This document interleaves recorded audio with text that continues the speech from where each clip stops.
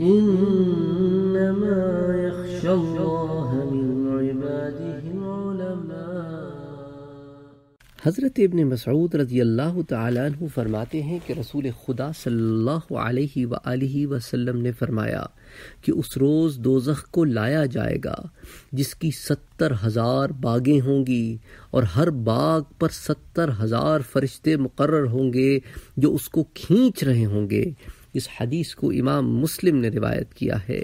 حافظ عبدالعزیز منذری رحمۃ اللہ علیہ نے الترغیب والترہیب میں حضرت ابن عباس رضی اللہ تعالیٰ عنہ کا ارشاد نقل فرمایا ہے کہ بالفرض اگر اس وقت فرشتے دوزخ کی باغیں چھوڑ دیں تو ہر نیک و بد کو اپنے نرغے میں لے لے۔ باغ سے مراد یہ جو گھوڑے کی ہوتی ہے نا، جس کو آپ پکڑ کے گھوڑے کو چلاتے ہیں، اس سے مراد ہوتی ہے باغ، اور باغیں جو ہے وہ اس کی جمع ہے۔ وفوق كل ذي